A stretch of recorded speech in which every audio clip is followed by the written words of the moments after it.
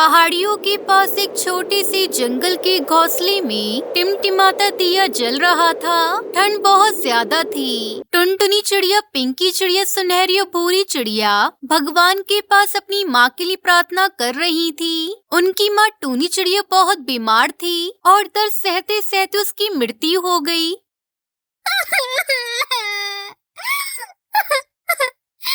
माँ, हमें छोड़कर नहीं जाइए, मत जाइए माँ। माँ, हम भूरी को कैसे संभालेंगे? वो तो अभी बहुत छोटी है माँ। माँ, ये क्या हो गया? माँ, क्या हो गया ये सब? दोस्तों, कल की वीडियो में आपने इतने कम लाइक क्यों किए? मुझे बहुत बुरा लगता है। दोस्तों, जब मैं आपके कहने पर कहानी बनाती हूँ और आप बहुत कम लाइक करते हो, और जब आप कम लाइक करते हो तो मुझे वीडियो बनाने का बिल्कुल भी मन नहीं करता है। तो प्लीज दोस्तों, अभी इस वीडियो पर जाकर लाइक कर दो। चारों बच्चियां रोने धोने लगी। टुनटुनी ने अपनी छोटी बहन भूरी को गोद में ले लिया। भूरी बहन, देख, हमारी माँ हमें छोड़कर चली गई। तू कभी भी माँ को नहीं देख पाएगी। तभी उनका चाचा कड़कनाथ सेठ और चाची सुंदरी को भी वहाँ आ गई और कड़कनाथ सेठ ने टुनटुनी से भूरी को छीन लिया। फिर से एक चिड़िया को जन्म दे दिया है, अब इसे भी पालना पड़ेगा क्या? ये तो घर का काम भी नहीं कर पाएगी। तभी कड़कनाथ सेठ की बीवी ने कहा, हाँ, इसे जिंदा रखना मतलब खुद के सिर पर बोझ उठा लेना। इसे नदी में फेंक दो। हाँ, सही कहा। ये बोलकर कड़कनाथ सेठ ने भूरी चिड़िया को नदी में फेंक दिया। नहीं, ये क्या किया आपने? हमारी बहन को मार डाला। बिल्कुल सही किया, तुम लोगों के साथ भी यही करना चाहिए था। लेकिन अफसोस, तब तुम लोगों की माँ जिंदा थी। अब तुम लोग अनाथ हो। हम जैसा बोलेंगे वैसा ही करोगे, नहीं तो तुम लोगों को भी ऐसे ही नदी में फेंक देंगे। चारों बच्ची अपनी माँ भूरी बहन के शोक में रोने लगी। कड़कनाथ सेठ और उसकी बीवी दोनों मिलकर तीनों को घर ले गए और उनसे कहा, हमारे लिए खाना बना, गर्मा गर्म छोले कुलचे बना दो, बहुत तेज भूख लग रही है। एक ही दिन में तीनों बच्चियों की जिंदगी पूरी तरह बदल गई। वो तीनों अपनी माँ और बहन का शोक मनाते या फिर अपने चाचा चाची के लिए खाना बनाते। रसोई में जाकर रोते तीनों ने खाना बना दिया।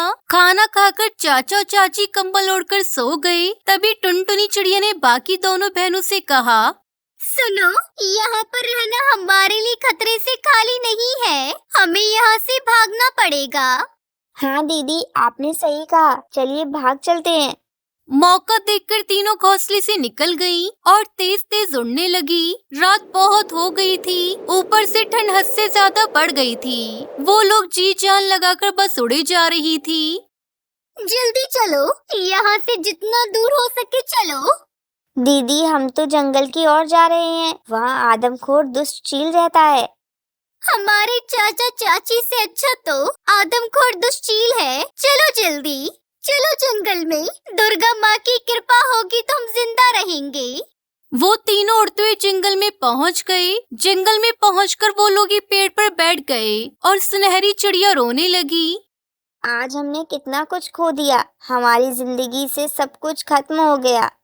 रो मत बहन, दुर्गा माँ ने चाहा तो सब कुछ ठीक हो जाएगा। कैसे ठीक होगा? माँ और बहन वापस आ जाएंगी क्या? दुर्गा माँ कुछ भी कर सकती है बहन। वो चाहे तो किसी भी पक्षी को मृत्यु से भी वापस ला सकती है। बस दुर्गा माँ पर भरोसा रखते हैं।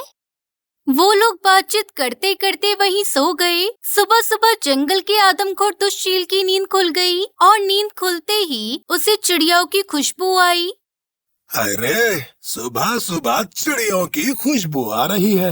आज तो मजा ही आ जाएगा। उधर कड़कनाथ सेठ और उसकी बीवी ने सुबह नींद से उठने के बाद देखा कि तीनों बच्चियां घर से गायब हैं। अरे, ये तीनों कहाँ गई? जहाँ भी जाए उससे हमें क्या, हम तो बच गए। चारों से मुक्ति मिल गई। टुनटुनी के चाचा चाची बहुत खुश थे। उन्हें अब तीनों की शादी नहीं करवानी पड़ेगी ये सोचकर उन दोनों को शांति मिली। उधर पिंकी चिड़िया ने टुनटुनी चिड़िया से कहा, दीदी, मुझे भूख लगी है। हाँ दीदी, मुझे भी भूख लगी है।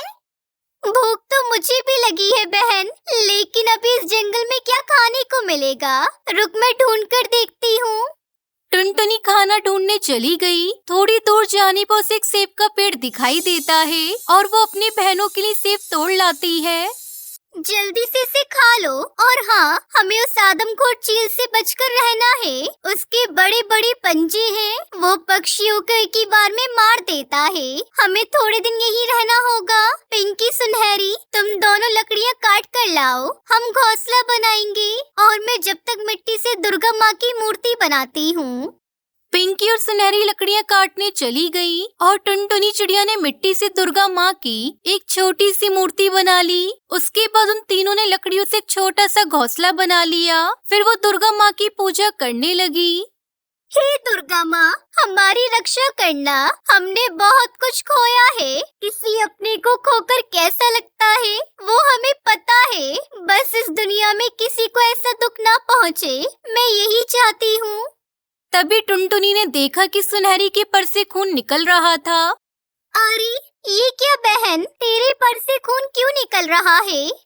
वो लकड़ी काटते हुए पर में चोट लग गई दीदी। सत्यानाश, अब खून की बू से वो आदमखोर चील हमें ढूंढ लेगा। अब क्या करे दीदी? दुर्गा माँ की पूजा करते रहो। दुर्गा माँ इस जालिम चील से हमें बचा सकती है। वो तीनों मन लगाकर दुर्गा माँ की पूजा करने लगी और खून की बू सूंघते ही जालिम चील वहाँ पहुँच ही गया। चील को देखकर तीनों डर गई। दीदी चील आ गया, आदमखोर चील आ गया। अब क्या करे दीदी? दुर्गा माँ को पूरे मन से बुलाओ। पूरे मन से बुलाने पर दुर्गा माँ जरूर हमें बचाएंगी। तीनों पूरे मन से माँ को बुलाने लगी और भक्ति में खो गई। तभी वहाँ लाल परी आ गई और अपने जादू से चील को नीचे गिरा दिया और चील डरता हुआ वहाँ से भाग गया। लाल परी जी, आपने हमें बचा लिया। तुम्हें बचाने के लिए मुझे दुर्गा माँ ने भेजा है। अब तुम्हें यहाँ कोई परेशान नहीं करेगा। तुम बेफिक्र होकर यहाँ रह सकती हो। फिर तीनों बहनें खुशी खुशी बिना डरे उस जंगल में रहने लगती है। हर तरफ तबाही थी, मानो कि एक भयंकर तूफान ने पूरे जंगल में पक्षियों के घोंसले को तहस नहस कर दिया हो। लेकिन ये सब तूफान ने नहीं, बल्कि क्रूर बिल्लू बिल्ली ने किया था। अपनी ताकत के घमंड में चूर रास्ते में आए सारे घोंसलों को तोड़ता कुचलता जा रहा था। और दूसरी तरफ एक चिड़िया अपने घोंसले में 3 अंडों के साथ खुशी से रहती थी। वो हर वक्त उन अंडों को निहारती रहती थी, क्योंकि वो उसके जीवन के पहले अंडे थे। सुनो जी, ये बताओ, इन अंडों में से हमारे प्यारे प्यारे बच्चे कब निकलेंगे? कब इनकी चींची करने वाली आवाज सुनाई देगी? मैं इनके साथ खेलना चाहती हूँ, उन्हें उन्नों कीड़ों का शिकार कराना चाहती हूँ। बताओ ना कि हमारे बच्चे अंडों में से कब निकलेंगे?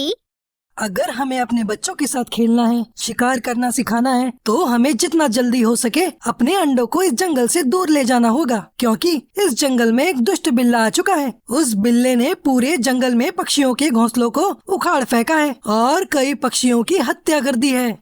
आगे बढ़ने से पहले एक माँ के बिना घर चलाना कितना मुश्किल होता है, जो दिन रात अपने परिवार और बच्चों के लिए काम करती है। तो आज उस प्यारी सी माँ के लिए एक लाइक और एक सब्सक्राइब जरूर कर देना, और साथ ही अपनी प्यारी सी माँ के लिए कमेंट में ये इमोजी जरूर सेंड कर देना।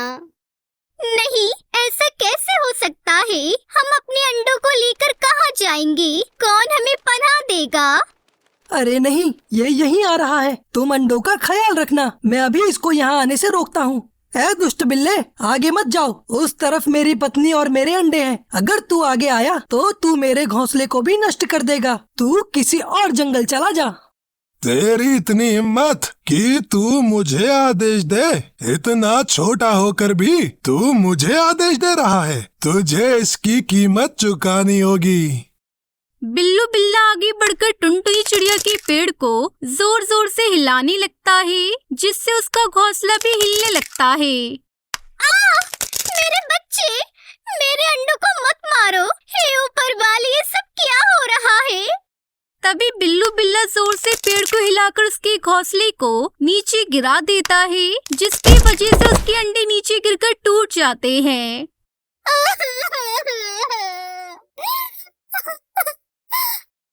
मैंने पहले ही कहा था, यहाँ से चलते हैं। उसने हमारे बच्चों की हत्या की है। मैं उसे नहीं छोड़ूंगी। तभी वहाँ से बंटी कबूतर कालू कौवा टुनटुनी की रोने की आवाज सुनकर उड़ता हुआ उनके पास आता है। अरे क्या हुआ दोस्तों, तुम रो क्यों रहे हो? मेरे बच्चों की हत्या कर दी उस बिल्लू बिल्ला ने। मैं उसे बिल्कुल भी नहीं छोड़ूंगी। दोस्त, एक क्रूर बिल्लू बिल्ला ने हमारे अंडों को तोड़ दिया है। ओह, लेकिन इस प्रकार गम में डूबे रहने से अंडे वापस नहीं जुड़ जाएंगे। अगर तुम्हें उस बिल्लू बिल्ला से बदला लेना है तो हमें कुछ करना होगा। क्या बात करते हो बंटी भाई, हम ठहरे छोटे छोटे पक्षी, हम उस विशाल बिल्लू बिल्ला से कैसे लड़ेंगे? वो तो हमें अपने पैरों के नीचे चींटियों की तरह कुचल देगा। हम नहीं लड़ पाएंगे उससे। भाई, एकता में बहुत शक्ति होती है, हम अपनी शक्तियाँ जोड़ेंगे। हम कैसे शक्ति को जोड़ेंगे? मेरी एक दोस्त है जिसका नाम लूसी कबूतरी है, मेरे साथ चलो, हमें उससे सलाह लेनी चाहिए। तभी तीनों लूसी कबूतरी के पास जाते हैं। लूसी, ओ लूसी, दरवाजा खोलो। हाँ, क्या हुआ मित्र, क्या बात है? अचानक से तुम यहाँ कैसे? एक बहुत बड़ी समस्या आ गई है। फिर बंटी कबूतर ने लूसी कबूतरी को टुनटुनी चिड़िया कालू कौवे के अंडे फूटने की सारी घटना सुनाई। लूसी कबूतरी ये सुनकर बहुत दुखी हुई। टुनटुनी बहन, यह सुनकर मुझे बहुत दुख हुआ। मेरा एक दोस्त है जिसका नाम हरी तोता है। उसकी चोंच से हम बिल्लू बिल्ले से लड़ सकते हैं। आओ उससे सहायता मांगते हैं। अब वो चारों हरी तोते के पास पहुँचे। बाहर आओ दोस्त। बोलो लूसी, क्या बात है? फिर टुनटुनी चिड़िया ने अपनी सारी घटना को बताया। अब आप ही हमें बताएं कि हम क्या करें। मुझे ये सुनकर बहुत अफसोस हुआ। आप सभी धैर्य से जरा यही मेरा इंतजार करें, मैं थोड़ी देर बैठकर सोचता हूँ। ये बोलकर वो वापस अपने घोंसले के अंदर चला गया।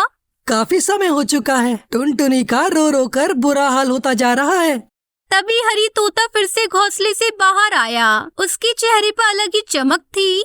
दोस्तों, उस हत्यारे दुष्ट बिल्लू बिल्ले को नष्ट करने की मेरे दिमाग में एक बड़ी अच्छी योजना आई है, लेकिन उसमें हम सभी का योगदान होगा। हरी तोते ने जैसे ही अपनी अद्भुत योजना बताई तो सब खुशी से उछल पड़े, क्योंकि योजना सचमुच में ही बहुत अच्छी थी। हरी तोता ने दोबारा बारी बारी सबको अपना रोल समझाया। क्या तुम सब समझ गए? हाँ, हम सब अच्छे से समझ गए हैं। कुछ ही दूरी पर बिल्लू बिल्ला पूरे जंगल में तोड़फोड़ मचा रहा था। अब यही सही समय है, सभी तैयार हो जाओ। मैं तो पहले से ही तैयार हूँ। हरी तोता बिल्लू बिल्ला के पास जाकर उसकी आंखों को अपनी लाल चोंच से जख्मी कर देता है, जिस वजह से वो देख नहीं पाता। अरे बचाओ बचाओ, कोई मेरी मदद करो। कोई तेरी मदद नहीं करेगा। दुष्ट बिल्ले, तूने मेरे बच्चों को मार डाला। अब तू भी उसी आग में जलेगा। और वहीं उसकी मौत हो जाती है। ये सब देखकर जंगल के सभी पक्षी बहुत खुश होते हैं। आपका बहुत बहुत धन्यवाद हरी काका। आपने जंगल के सभी पक्षियों और उनके बच्चों की हत्याओं का बदला लेने में हमारी बहुत सहायता की है। ये एहसान आपका हम कभी नहीं चुका पाएंगे। अरे धन्यवाद मत करो टुनटुनी, एक पक्षी दूसरे पक्षी के काम नहीं आएगा तो कौन आएगा? फिर सभी पक्षी खुशी खुशी अपने घोंसले में जाते हैं और खुशी खुशी रहने लगते हैं। इस कहानी से हमें शिक्षा मिलती है कि एकता में बहुत बल होता है और अहंकारी का देर या सवेरन जरूर होता है।